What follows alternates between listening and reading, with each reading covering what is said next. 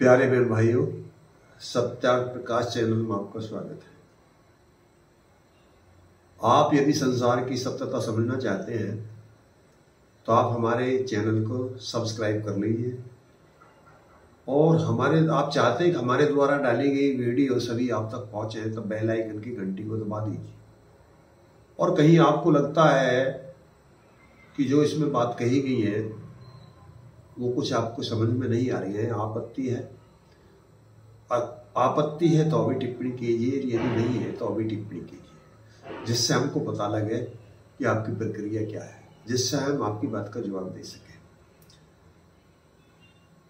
प्यारे साथियों, कल हम जब सुन रहे थे ग्राम बम्बावड़ के अंदर आर्य समाज का एक कार्यक्रम था और गुरु गोविंद सिंह जी की, गुरु नानक जी के हम पर्व मना रहे थे, उत्सव पर्व। रानी लक्ष्मीबाई जी का जन्मदिन, श्रीमती इंदिरा गांधी जी का जन्मदिन। वहीं हमको एक सूचना मिली कि आज जो ध्रुव तारा था वो अपनी जगह से डूल गया। मुझको ये बात सुन करके बड़ा दुख हुआ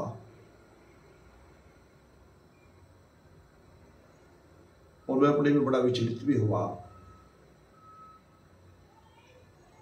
लेकिन उस विचलितता का कारण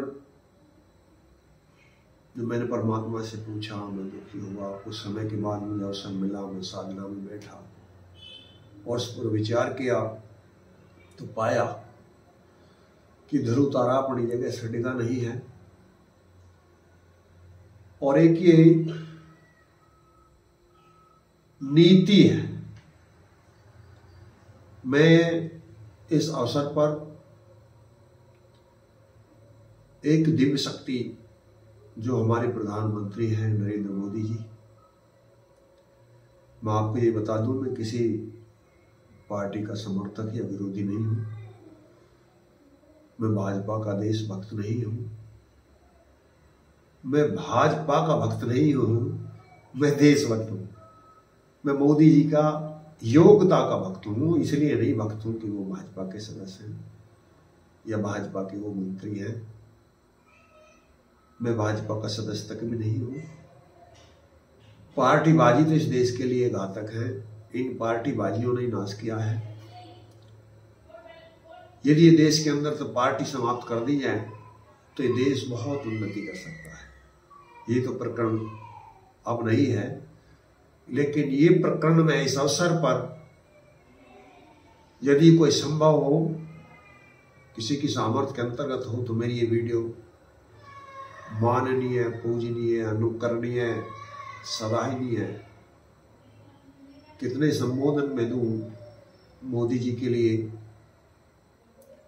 उस तपस्वी देशभक्त के लिए, वो कम है। इस अवसर पर मैं एक दो नारे लगाना चाहूंगा। मोदी जी संघर्ष करो, ये देश तुम्हारे साथ है। मोदी जी संघर्ष करो, ये सत्य तुम्हारे साथ है। मोदी जी संघर्ष करो, ये देश तुम्हारे साथ है। मोदी जी नीतियों पर चलो, लेकिन इनको नियम ना बना देना। ध्यान,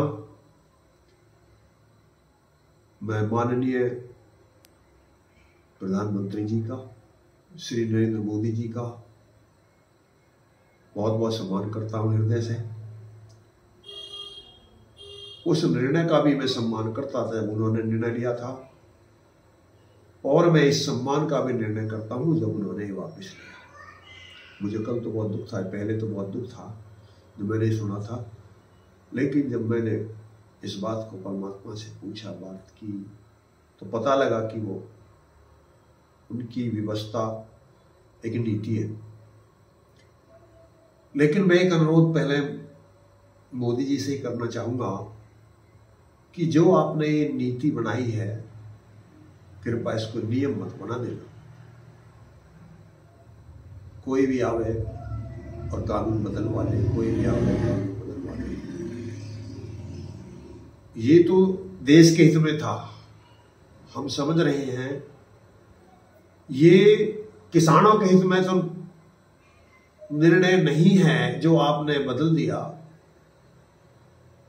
लेकिन एक तरह ये देश हित में। अब आपको विचित्र लगेगा कि ये कैसा हो सकता है, ये देश के हित में तो है, किसानों के हित में नहीं है। हाँ, ऐसा ही है,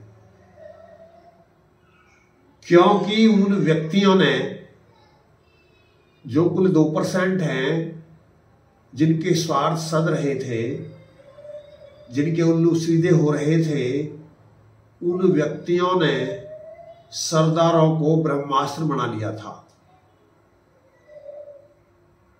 सुनिए गौर से। जिन व्यक्तियों को पीछे से बाट देख रहे थे, जो चाहते थे कि देश का विघटन हो जाए, भागों में खंडित हो जाए, इसकी उन्नति से जिनका कोई संबंध नहीं था, उन व्यक्तियों की मंशा थी किस आंदोलन को हिंदू और सरदारों का झगड़ा बना दिया जाए, भारत और सरदारों का झगड़ा बना दिया जाए। यदि आपको संशय है तो 26 जनवरी का दृश्य कहीं दूर नहीं है। तो मैं साथियों, जो ये निर्णय हमारे माननीय मंत्री जी ने लिया है, फिर मैं पुनः उनका स्वागत करता हूं। और उन्होंने जो उन भोले भाले लोगों को जो ब्रह्मास्त्र बनाया था, और वो ब्रह्मास्त्र बना करके एक हथियार तैयार कर करके जो महाभारत जीतना चाहते थे, उस कारण के ब्रह्मास्त्र महाभारत नहीं जीत पाए। वो इसको मुद्दा पार्टी का नारा बनाना चाहते थे, इसके चुनाव में बुलाना चाहते थे, लेकिन उनकी उन मंशाओं पर मोदी जी ने पानी फेर दिया है। और कुछ मेरे साथी ऐसे भी होंगे जो श्री मोदी जी के समर्थक हैं, और अब अपने को ठगा ठगा लुटा लुटा महसूस कर रहे होंगे। मैं उनसे भी मेरा निवेदन है कि वो इस नाजुकता को समझें, इस व्यवस्था को समझें, इस व्यवस्था को समझें कि कैसे में ये निर्णय ले पाए हैं। और अब मैं उन किसानों से, जो किसानों के नेता हैं, उनसे भी एक अपील करनी चाहूंगा कि वो देश के इस व्यवस्था को, एक इस मजबूरी को अपनी जीत न बनाए, और वो किसी की कठपुतली भी ना बने, अपना निर्णय लें। और जो माननीय मोदी जी ने ये घोषणा की है, इसका स्वागत करते हुए उनको ये आंदोलन तत्काल वापस ले लेना चाहिए। इसमें उनका विवेक, उनकी बुद्धि, उनकी सोच, और लगेगा कि वो आंदोलन अपने बुद्धि विवेक से कर रहे थे। और यदि वो इस घोषणा के बाद भी अपना, जैसे सुन रहे हैं श्री टिकैत जी ने ये कहा है कि हम आंदोलन वापस नहीं लेंगे जब तक ये हमको कानून लिखित में नहीं दिया जाएगा। यदि टिकैत जी ऐसा कहते हैं तो मैं समझता हूं उनको कानून का बोध नहीं है, जबकि मोदी जी कह चुके हैं, माननीय मंत्री प्रधानमंत्री जी कह चुके हैं कि जैसे ही प्रक्रिया होगी, सत्र चलेगा और हम इसको समाप्त कर देंगे। इससे सिद्ध होता है कि शायद हमारे किसान नेता श्री टिकैत जी किसी पार्टी की या किसी संगठन विशेष की या किसी आंदोलन की कठपुतली बन गई है क्या, जो भी उन्हें हटने की स्वीकृति नहीं दे रहे हैं, जो उन्हें इतना निर्णय लेने की तरफ नहीं जाने दे रहे हैं, जो पीछे से नहीं चाहते थे कि ये आंदोलन खत्म हो, नहीं, उन्हें इस बात तक कोई लेना देना नहीं है कि सरकार इन कानूनों को वापस ले या ना ले। उनका तो मतलब केवल इस बात से है कि इस देश को तोड़ा और विध्वंस कैसे किया जा सके। तो इस वास्तविकता को जो मेरे देश के मेरे किसान भाई हैं, यही नेतृत्व कर रहे हैं, उनको परमात्मा ये सद्बुद्धि दे और वो भी विचार करें